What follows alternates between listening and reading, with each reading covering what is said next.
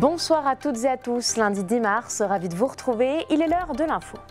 Au lac du Der, les voiliers reprennent le large. Depuis le 1er mars, la remise à l'eau des bateaux a commencé, marquant le début tant attendu de la saison pour les passionnés de navigation.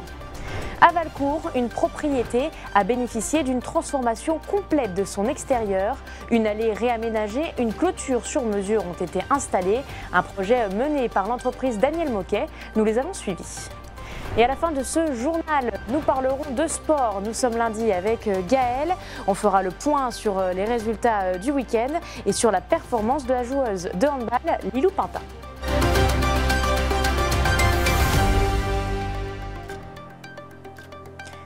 Mais avant de développer ces titres, l'usine Apitech de Saint-Dizier traverse une crise majeure. Un plan social menace une partie des 57 employés, principalement dans le secteur de la mécanique. Ce sont des informations exclusives chez Puissance Télévisions. La production aurait chuté ces derniers mois, passant de 80 machines par mois à une fabrication uniquement à la demande des clients. Pour les salariés, l'annonce a été brutale. La direction propose pour l'instant une prime de départ volontaire. L'issue du plan social sera décidée en avril, laissant les salariés dans l'inquiétude et le doute. Tout autre chose désormais, je vous le disais en titre, depuis le 1er mars, les membres de ce yacht club du Der peuvent remettre à l'eau leur bateau. Après 6 mois de marée basse, le niveau du lac du Der est suffisamment remonté pour permettre cette opération essentielle à la reprise des activités nautiques. Un moment très attendu par les passionnés de voile et de navigation. Julien De Bruyne s'est rendu sur place pour suivre un habitué. Au lac du Der, les voiles se hissent et les coques glissent à nouveau sur l'eau. Depuis le 1er mars, la remise à l'eau a commencé pour les membres de ce club. Après 6 mois de marée basse, le niveau du lac est enfin remonté, marquant le début de la saison. Une étape cruciale pour les passionnés de navigation, impatients de reprendre la barre après un long hiver à terre. On a 100 bateaux à mettre à l'eau. Après, ça peut être variable suivant des années, mais on a une centaine de bateaux à mettre à l'eau. Mais on va en mettre que 2 ou 3 ou 4 par jour. Donc ça peut s'étaler du mois de mars et il y en a, ils viennent qu'au mois d'avril, voire début mai pour mettre leur bateau, quand il fait plus chaud. Parmi eux, Alain, navigateur passionné depuis l'âge de 13 ans, attend ce moment toute l'année. Aujourd'hui, c'est son bateau qui est remis à l'eau, un rendez-vous annuel qu'il prépare avec soin. Pendant toute la période de marée basse, il consacre son temps à l'entretien de son embarcation, vérification de la coque ou encore nettoyage du pont. Tout doit être prêt pour le grand jour. Ça annonce les beaux jours parce que dès qu'on met les bateaux à l'eau, voilà, on est un peu fou, un peu tout fou. Donc j'ai hâte de faire ma première sortie à voile. Pendant 6 mois, on a hâte, voilà, on fait le décompte quand on remonte le bateau et une fois qu'il est remonté, on commence le décompte pour remettre le bateau à l'eau. Donc là, je suis très content aujourd'hui. En plus, il y a le beau temps, je ne pouvais pas demander mieux. Mais remettre un bateau à l'eau est une opération délicate. Pour cela, un tracteur spécialement équipé tracte une remorque conçue pour accueillir les embarcations. La manœuvre doit être précise. Une fois la remorque positionnée sous le bateau, les membres du club montent à bord pour fixer des sangles sous la coque. Chaque geste est calculé pour éviter tout dommage avant d'être ensuite transporté vers le lac. Et après une dizaine de minutes de manœuvre, le bateau est sur l'eau. Pour Alain, il est maintenant temps de rallumer le moteur. Mais celui-ci a, semble-t-il, mal passé l'hiver. Les navigateurs vont donc devoir ramer pour amarrer le bateau jusqu'au port, une situation récurrente après de longs mois d'arrêt pour ces embarcations. Une fois arrivés à destination, les membres du club s'occupent d'attacher le bateau avec l'aide des fameux nœuds de marin. Tu sors, Puis il fait le tour de l'arbre et il rentre dans le puits. Ou il rentre dans l'arbre. La manœuvre est désormais terminée malgré les quelques péripéties. Pas de quoi plomber le moral d'Alain, qui ressortira son bateau de l'eau dans plusieurs mois. Jusque fin septembre. Et, nous, c'est suivant les tirants d'eau. Je pense que moi, ça sera début septembre que je sortirai le bateau. Maintenant, j'ai hâte de faire la première sortie sous voile. Et puis, voilà, faire une belle saison de voile 2025. Avec ses 800 places réparties sur les 3 ports de plaisance, le lac du Der reste un incontournable pour les passionnés de navigation. Pour Alain, l'attente est terminée, il ne reste plus qu'à hisser les voiles et profiter des beaux jours. Et voici notre image du jour. À Bar-le-Duc, un érable de Montpellier a été planté. Vous le voyez ici. Ce mercredi, c'était dans le parc de Marbeaumont pour marquer les 50 ans de jumelage avec la ville allemande de Gressheim.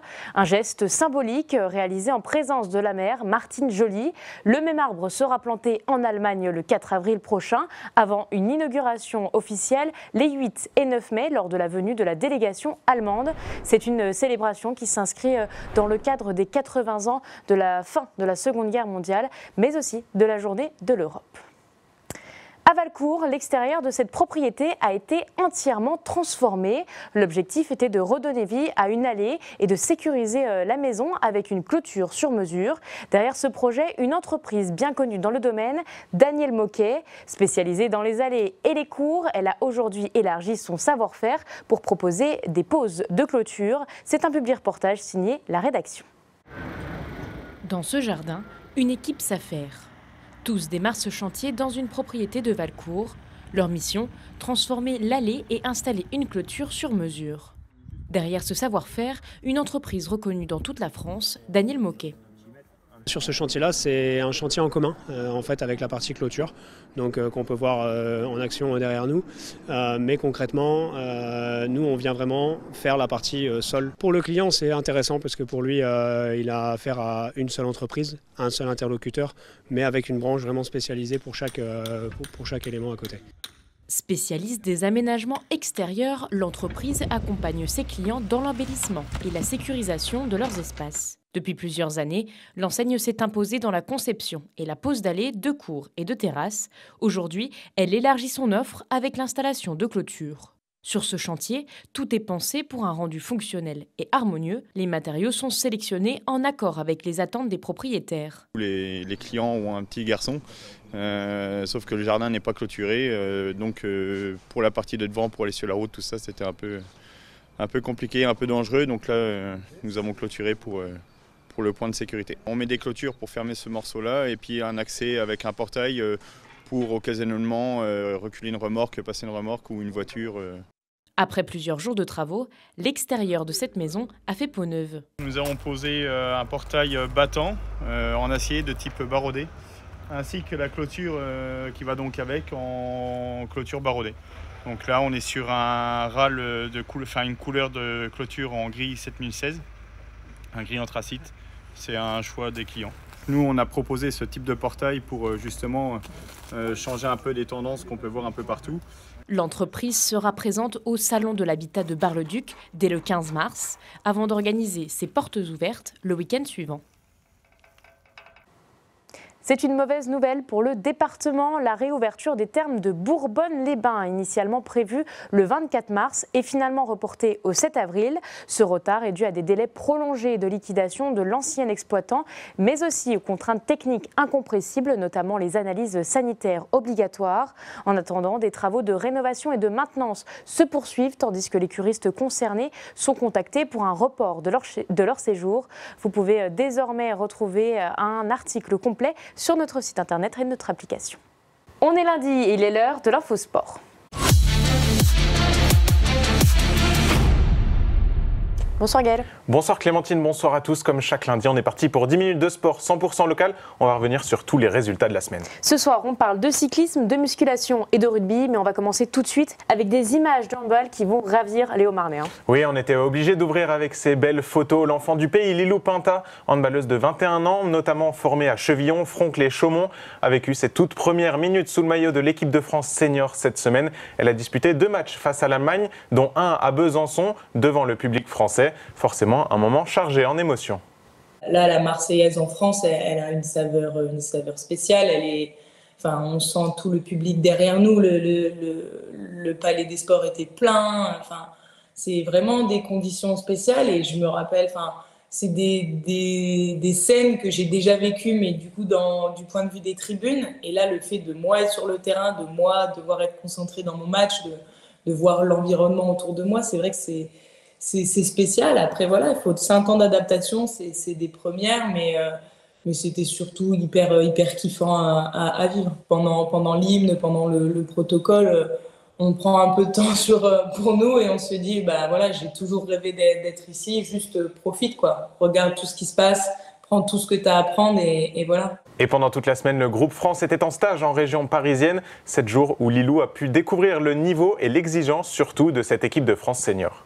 C'était un mélange d'excitation, un peu de pression forcément, parce que c'est rentrer dans le collectif équipe de France, c'est quand même, c'est pas donné à tout le monde et ça met une certaine forme de pression aussi, parce que c'est des filles que je regarde à la télé depuis toute petite, donc forcément qu'il y a un peu ce côté, là je dois faire partie d'elles, je dois m'entraîner avec les meilleurs, j'essaye d'être au niveau pour pas les décevoir aussi et trouver ma place petit à petit dans leur collectif. Et la saison va évidemment continuer pour Lilou dans son club de Dijon, toujours en lice en Coupe d'Europe, en espérant petit à petit faire son trou dans cette équipe de France senior et pourquoi pas rêver d'une sélection pour les mondiaux, c'est à la fin de l'année. On passe aux résultats du week-end avec le Grand Prix cycliste de Chaumont qui a eu lieu pour la 11e édition. Oui, 11e souvenir Maxime Nicole ce dimanche à Chaumont avec plus de 180 coureurs en lice. Et finalement, la victoire est revenue au sprint à un jeune bisontin, Thibaut Mortier, qui avait fini 2e l'année dernière. Et sur la course secondaire, c'est Benoît Cullier de Vitry qui s'est imposé. Sport collectif à présent, on passe au volley avec le CVB 52 qui ne lâche pas sa place de leader. Oui, à 2 journées de la fin de la saison régulière, Chaumont a plus que jamais envie de rester en tête du championnat. Samedi soir, les Haut-Marnais recevaient la lanterne rouge, les hiboux du Plessis-Robinson, et ils ont fait respecter la logique. Victoire large 3-7-0, sans véritablement de suspense face aux Franciliens. Une victoire qui remet la tête à l'endroit des Chaumontais après leur élimination successive en Coupe d'Europe et en Coupe de France en l'espace de quelques jours. Les 2 derniers matchs de la saison, ce sera à Nice avant la réception de 7 dans 2 semaines. Chaumont toujours, mais avec du foot cette fois-ci. Vous l'avez peut-être suivi sur notre antenne et Gaël y était. C'était les 16e de finale de la Coupe Grand Est. Chaumont recevait Algrange. Oui, une affiche déséquilibrée sur le papier puisque les Mosellans jouent une division en dessous des Chaumontais. Seulement, Chaumont n'est pas en excellente forme depuis plusieurs semaines. Hier, par 2 fois, les joueurs de Simon Giraud vont mener avec un doublé de Jessie Robert dans les toutes premières minutes, mais vont voir Algrange à chaque fois recoller. 2 buts partout. Après une deuxième mi-temps un peu plus calme, on a donc eu le droit à une séance de tirs au but. Les Chaumontais vont finalement l'emporter, vous allez le voir, sur un dernier tir de Jessie Robert. Encore lui, la qualification en 8e de finale, c'était bien la principale source de satisfaction pour l'entraîneur chaumontais. Ce match-là, on voulait le jouer pour le gagner, donc forcément, ça n'a pas été parfait. Ils nous ont bien embêtés et on gagne le penalty, on valide ça. Ça fait partie, comme tu dis, du charme de la coupe. On est satisfait des situations offensives qu'on a pu mettre en place. Après, on sait qu'on a des problèmes, des petites choses à régler sur l'aspect défensif, mais des qualifiés, on a vu des joueurs avec le sourire, avec le soulagement de la qualification, si on peut pas dire de la victoire. Donc il y a quand même c'est aussi ça qu'on espère retrouver sur ce match-là aujourd'hui. Et dans le même temps, Marnaval s'est incliné 3-0, c'était face à Cormontreuil. Et en rugby, Saint-Dizier a reçu près de 600 joueurs lors d'un tournoi régional. Oui, il y en avait quasiment partout samedi sur les terrains de Jean Meffert, des graines de rugbymen qui venaient de 21 clubs de tout le Grand Est, de Reims, de Metz, de Rethel, Vittel et j'en passe. 580 joueurs au total et près de 80 éducateurs. Le tout sous un grand soleil, vous le voyez, avant de voir en fin d'après-midi la victoire du 15 de France en Irlande. Une belle journée d'Ovalie à Saint-Dizier. Même si Antoine Dupont a été blessé. Exactement.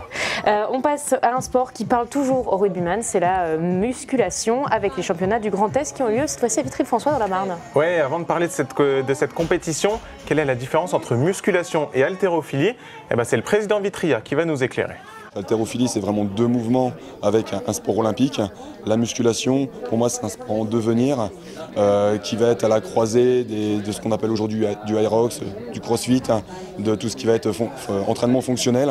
Et c'est vraiment basé sur un mouvement de puissance, un mouvement de force, un mouvement d'endurance qui permet de faire progresser sa musculation et son fitness pour se sentir mieux et en bonne santé au fur et à mesure. Et dans cette discipline, les Vitriens ne sont pas mauvais puisqu'ils sont vice-champions de France par équipe. L'objectif cette année, le titre national. On a cherché un niveau encore supérieur au nôtre. Donc là, on sait que sur les charges, ça va être fort. Sur la vitesse, ça va être fort. Et sur le relais, on est déjà coordonné. On sait comment on va programmer ce qu'on va réaliser. Donc je sais qu'on est coordonné, on a un relais fort.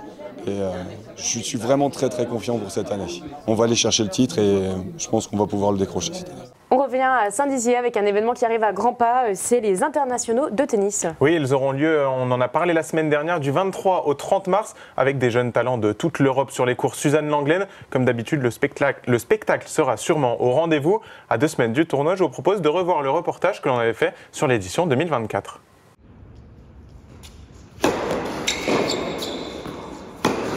À plus de 200 km/h, les balles jaunes ont de nouveau fusé sur les cours Suzanne Lenglen.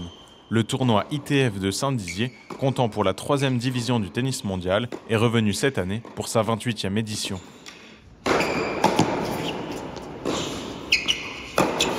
Sur les cours, des jeunes joueurs internationaux, classés entre la 300e et la 1000e place mondiale, qui tentent de rejoindre l'élite du tennis. En bref, du très haut niveau. Là, on a quand même des joueurs qui en ce moment sur le terrain sont à peu près à niveau de qualification de Roland-Garros. Donc c'est quand même des joueurs de très haut niveau. 3 joueurs dans les 300 meilleurs mondiaux, je crois que c'était pas arrivé depuis très longtemps. Comme chaque année, le public bragard était au rendez-vous pour admirer une qualité de jeu que l'on ne voit nulle part ailleurs dans la région. On aime le sport de haut niveau, donc à partir du moment où ça joue à ce niveau-là, on est heureux, tout simplement. Ouais, ça joue fort. Ils servent très bien comparé à moi. Leur coup droit, leur revers, tout est fulgurant.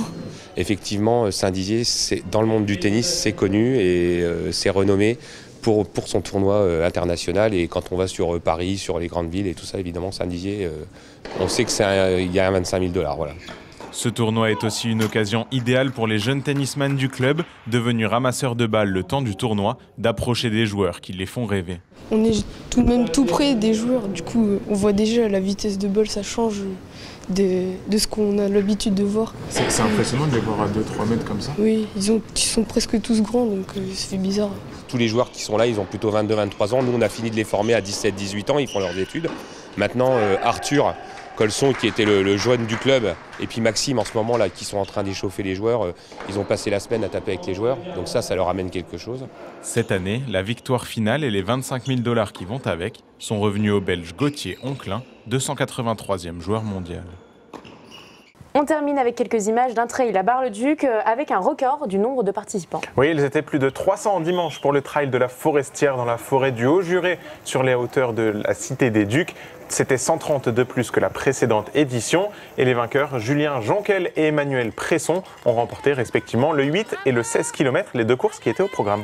Merci Gaël pour toutes ces informations et on te retrouve lundi prochain pour un nouvel Infosport. Bonne semaine à tous, à lundi.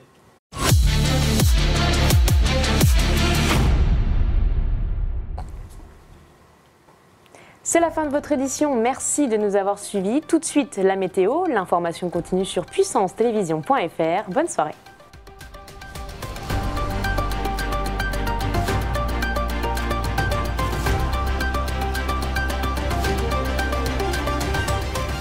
Toute l'actualité en continu à retrouver sur notre site internet et notre application mobile.